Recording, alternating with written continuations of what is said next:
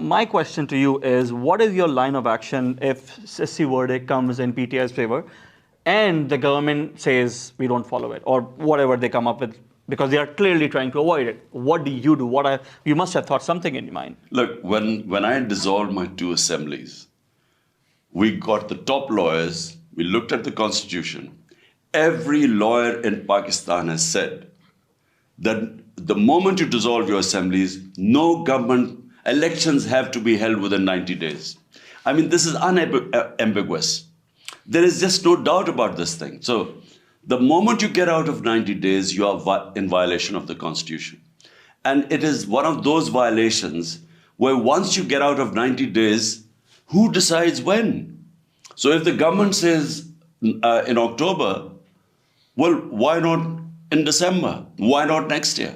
So the moment General Zia got out of the 90 days when he came into power and he said, I will hold elections in 90 days, the moment he got away, he lasted for 11 years. So if the government does not accept the Supreme Court verdict, means it is now violating the Constitution, then the Supreme Court could slap contempt on the government. And let me assure everyone that the entire people of Pakistan will be standing with the Supreme Court. And what does PTI plan on doing? Are you planning on going back on roads? What's the line of action? No, I think it just won't be PTI. You will have the lawyers community, all the legal community will be standing on one side, because there is just no way you can. The Constitution leaves no doubt that the elections have to be held in 90 days. So therefore, it will be very difficult to defend anyone who then thinks that the elections can be delayed, just because the government is petrified of losing the elections, because all opinion polls show that they're going to be decimated. Therefore, they just are running scared of the election, and they're willing to even violate the Constitution. And this is very nicely leans into the next question that I have. You have been demanding elections since the moment you left the government. You were basically ousted. And all the by-polls you have swept, you have gone like 7-6-0 in your own election.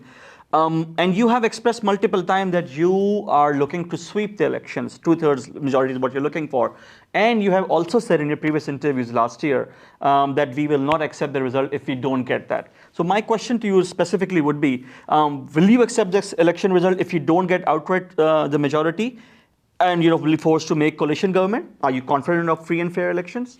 I have never said that I will not accept the election results if we don't get 2/3 majority. All I have said is that right now, if you look at the opinion polls, you look at the by-elections, where despite total support by the establishment and the Election Commission, the 12-party coalition has only won 7 out of 37. PTI has won 30 by-elections. So it reflects that the PTI is going to sweep the elections, and hence the government scared of elections and running away. But I can't say what the elections would be, whether I will accept the results or not, because we don't know what the election commission is totally controlled by the government, as is obvious in the Supreme Court. The election commissioner had no constitutional right to prolong the elections. They could not have announced the election in October. This is a violation of the Constitution. In fact, the election commission should be held in contempt, because the Constitution is clear. Their job was to hold the elections when as required in the Constitution. They couldn't have given a date in October. So my point is that we will see what happens in the elections. I can't say whether we'll accept the result or not, because I don't know what will happen in the elections and how the election commission and the establishment will behave. I don't know. Going forward, and you obviously in the last 12 months, you have been talking about military's role. Have you planned in restructuring civil-military imbalance that we are seeing? How do you plan on working on that? Look, Pakistan has to change. Where we are stuck right now, Pakistan is stuck in the worst economic crisis in our history. Now, if we have to get out of this crisis, Pakistan has to completely be restructured. Our governance system has to change completely. We have to have rule of law in this country to create the enabling environment to attract investment in this country, because we have hardly any investment coming in. Our biggest source of investment are overseas Pakistanis. There are about 10 million overseas Pakistanis. Their GDP is more than, in dollars, is more than the GDP of Pakistan. The 16,000 US American physicians, Pakistani American physicians, their net worth is $200 billion. The 10 rich Pakistani businessmen in the US have net worth is $25 billion.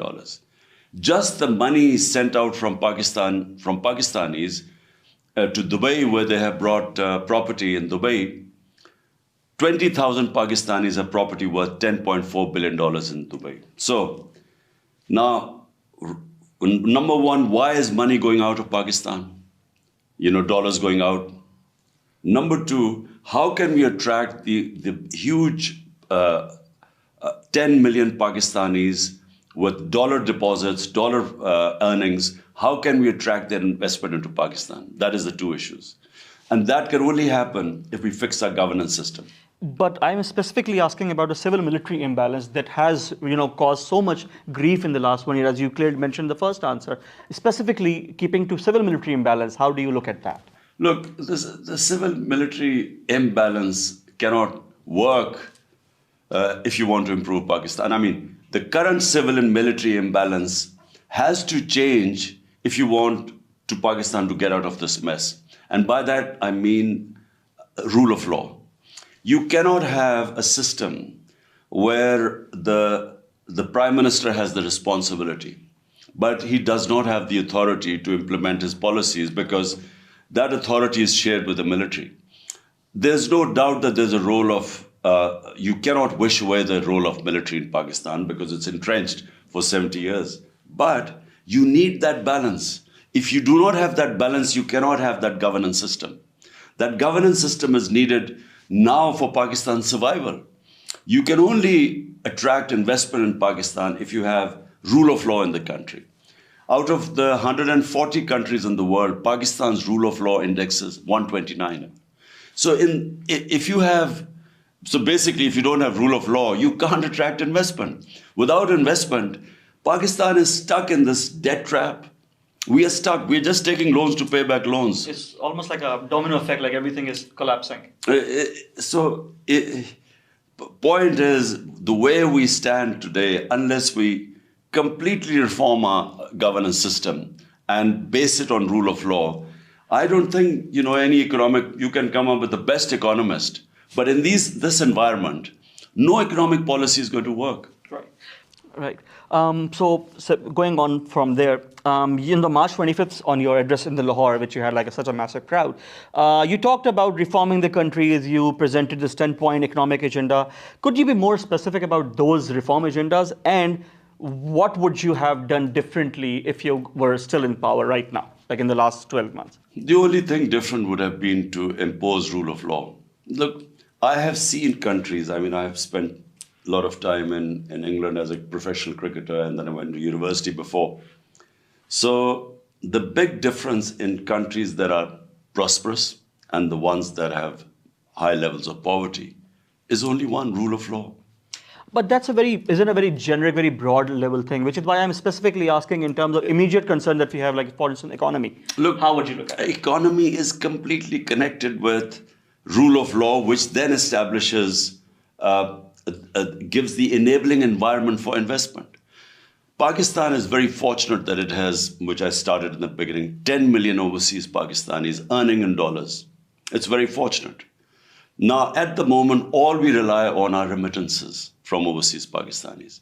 We cannot attract their investment.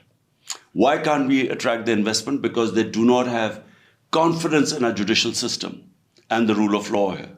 So if they don't have confidence, they will go and invest in Dubai, in Malaysia, anywhere else, but not here.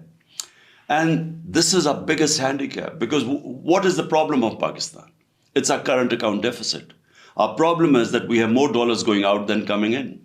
Now, the question is, how can we attract dollars in Pakistan? The number one way, of course, is exports.